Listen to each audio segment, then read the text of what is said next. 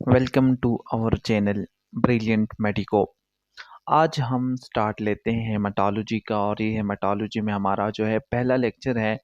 आज इस लेक्चर में हम पढ़ेंगे कि हेमाटोलॉजी कैसे कहते हैं और हम फिर ब्लड्स को पढ़ेंगे कि ब्लड्स क्या है और ब्लड के जो कंपोजिशन है, और आहिस्ता आहिस्ता हम पढ़ेंगे ब्लड्स के फंक्शंस और जो ब्लड्स के जो सेलुलर कंपोजिशन है उसको हम डिटेल्स में पढ़ेंगे। यानी पूरी हेमाटोलॉजी जो है वो उसको हम कवर करने की कोशिश करेंगे। हेमाटोलॉजी क्या है?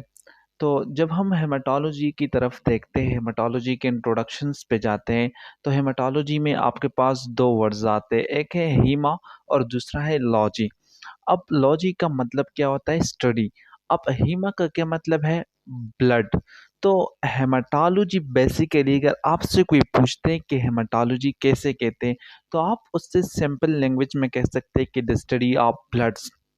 अब जब ब्लड्स की बात आती है, तो जब हम हेमाटोलॉजी की डेफिनेशंस की तरफ जाते हैं, तो हम कहते हैं कि haematology is the study of blood and blood forming organs.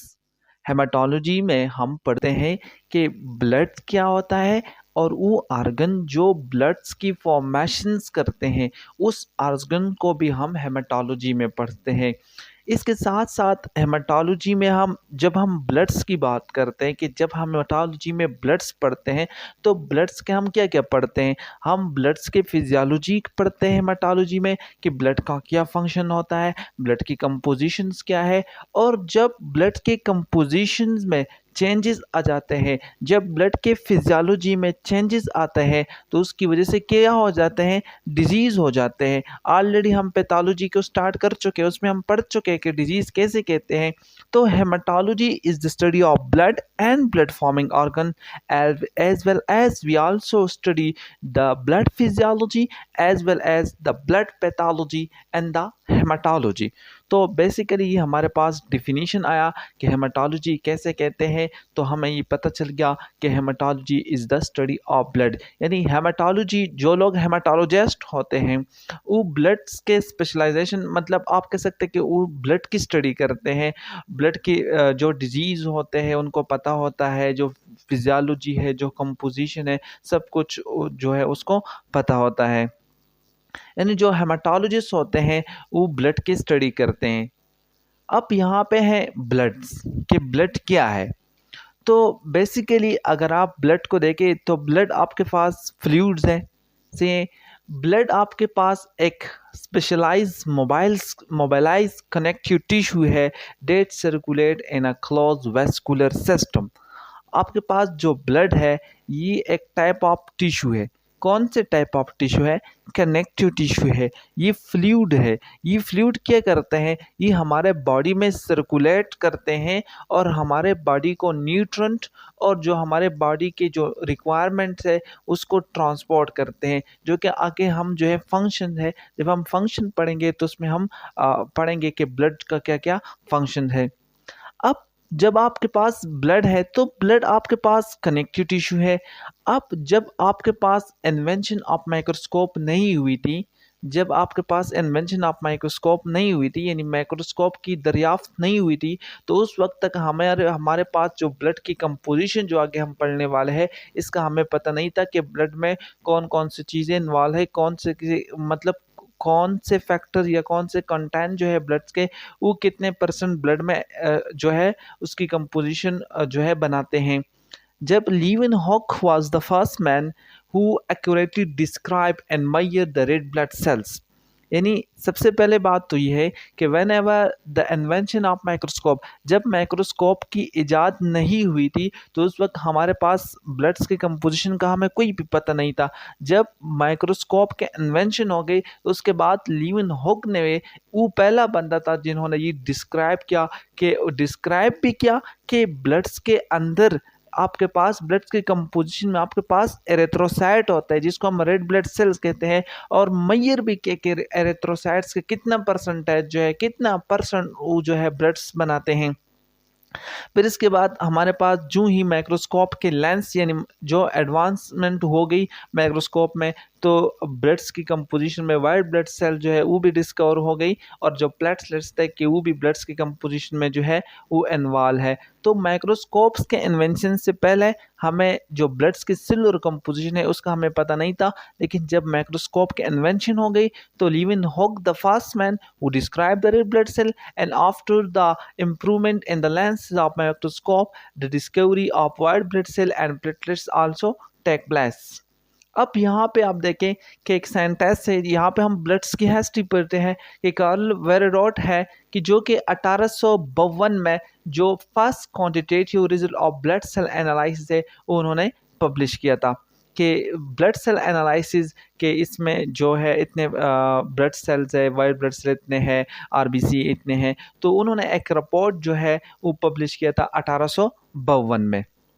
जो ही आपके पास जो ब्लड्स के एग्जामिनेशंस के जो मेथड्स है, जो ही एडवांसमेंट आई, जो ही इम्प्रूवमेंट आई ब्लड्स के एग्जामिनेशंस में, तो 1930 में आपके पास जब ब्लड्स की एग्जामिनेशंस में इम्प्रूवमेंट आई तो इनीमिया जो है वो आपके पास जो दूसरे ब्लड डिसऑर्डर है उसको क्या करके डिस्कवर किए on rational basis. Later it was recognised that alteration in the component of blood are the result of disease.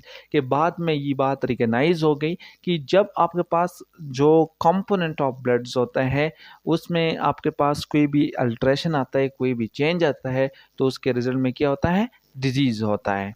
अब यहाँ पे आपने ये सब कुछ देख लिया। अब हम ब्लड्स के कंपोजिशंस को पढ़ते हैं।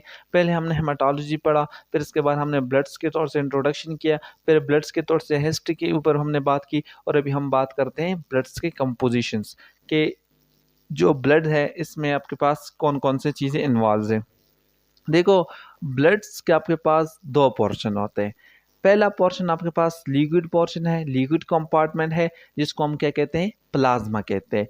दूसरा आपके पास सेलुलर कंपार्टमेंट है, जिस सेलुलर कंपार्टमेंट है जो कि ब्लड सेल से बना होता है, और एक आपके पास प्लाज्मा बनाते हैं और दूसरा आपके पास जो है सेल्स बनाते हैं। ब्लड सेल जो है उसकी कंपार्टमेंट आ जाती हैं। जो नॉर्मल एडल्ट होते हैं उसमें जो ब्लड्स की कंसंट्रेशन होती है वो 6 to 8 लीटर जी जो फ्लूइड है ये जो नॉर्मल एडल्ट होते हैं उनके बॉडी में ये सर्कुलेट करते हैं, which compose from 7 to 8% of the total body weight. इसका मतलब क्या है, मतलब ये है कि आपके बॉडी में 70 to 8 लीटर जो है किसी भी एडल्ट में नॉर्मल जो होता है वो इतनी ब्लड्स होती हैं। अब उस बंदे का जो वेट होता है, अगर वो 60 kg वेट है तो उसके वेट के 70 to 80% जो वेट होता है वो ब्लड बनाता है। अब आपके पास दो कंपार्टमेंट आ गए ब्लड्स की कंपोजिशन में, एक आपके पास प्लाज्मा है और दूसरा आपके पास सेलुलर कंपार्टमेंट है। जो लिक्विड कंपार्टमेंट है वो प्लाज्मा बनाता है, जो सेलुलर कंपार्टमेंट है वो ब्लड सेल्स बनाते हैं जिसमें आरबीसी, डब्ल्यूबीसी और एरिथ्रोसाइट और जो प्लेटलेट्स होते हैं वो आ जाते हैं।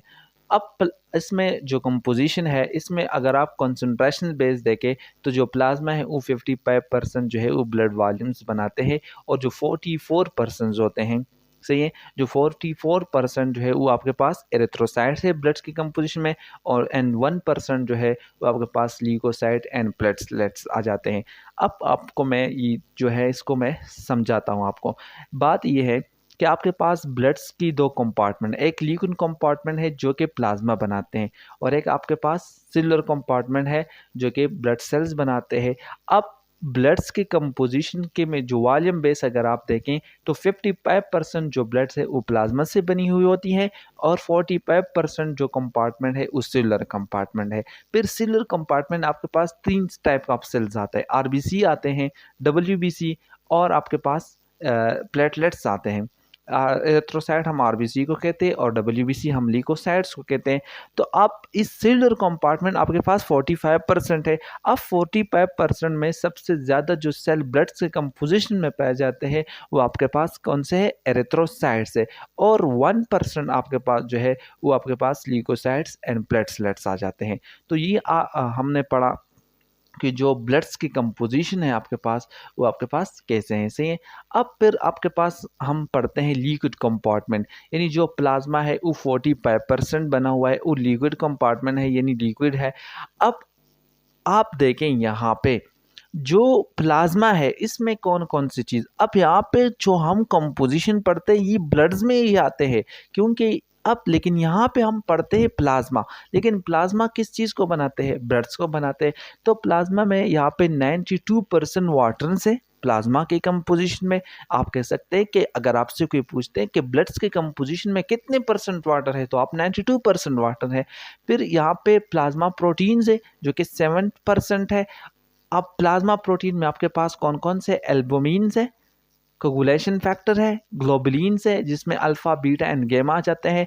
एंड यहाँ पे जो 1% रह जाती है वो आपके पास इलेक्ट्रोलाइट्स आ जाते हैं, जिसमें आपके पास आयन्स आ जाते हैं, विटामिन्स आ जाते हैं, फैट्स आ जाते हैं, हार्मोन्स आ जाते हैं, एंजाइम्स आ जाते हैं। ये सारे यहाँ पे जो लिखे हुए नेम है, जिसमें सोडियम है, कैल्शियम है, पोटाशियम है, क्लोराइड है, जिंक है, मैग्नीशियम है, कॉपर है, एक्सेट्रा। इस तरह विटामिन में ए है, बी है, सी, डी, ई, और इस तरह जो फैट्स है उसमें कोलेस्ट्रॉल है, और आपके पास जो हार्मोन है उसमें थायराइड, ग्रोथ, एरिथ्रोपोइटीन, थ्रोम्बोपोइटीन, ये डिफरेंट हार्मोन्स है। फिर एंजाइम में आपके पास रिडक्टेज, ऑक्सीजनेज है, फास्फोयूरिलेज है। तो ये सारे चीज़ें जो हैं ये आपके पास ब्लड्स के कंपोजिशंस को बनाते हैं। ये सारे चीज़ें मिलके प्लाज्मा बनाते हैं और प्लाज्मा फिर आपके पास ब्लड्स को बनाते हैं।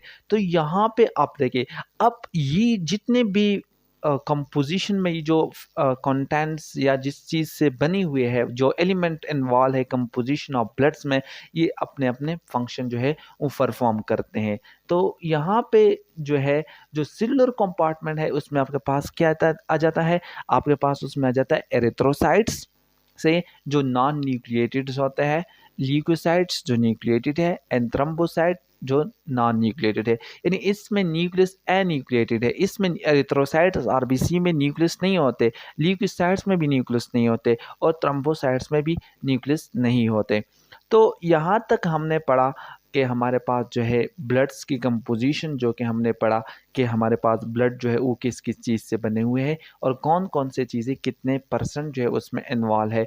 फर्दर मोर यहाँ पे जो कंपोजिशन आप देख सकते हैं कि ल्यूकोसाइट्स को फर्दर यहाँ पे कंपोज किया हुआ है कि ग्रेनुलोसाइट्स होते हैं, ए ग्रेनुलोसाइट्स होते हैं। तो आने वाले लेक्चर में हम लिक्विडसाइट्स यानी जो आरबीसी जो सेलुलर कंपार्टमेंट है उसको हम फर्दर डिस्कस करेंगे, और इसके साथ साथ फिर हम ब्लड्स के जो फंक्शन होते हैं उस पे हम मूव करेंगे कि ब्लड्स में जो एलिमेंट्स इन्वॉल्व है, इनके जिस तरह प्लाज्मा प्रोटीन्स है, तो ये कौन कौन से फंक्शन जो है ये परफॉर्म करते हैं।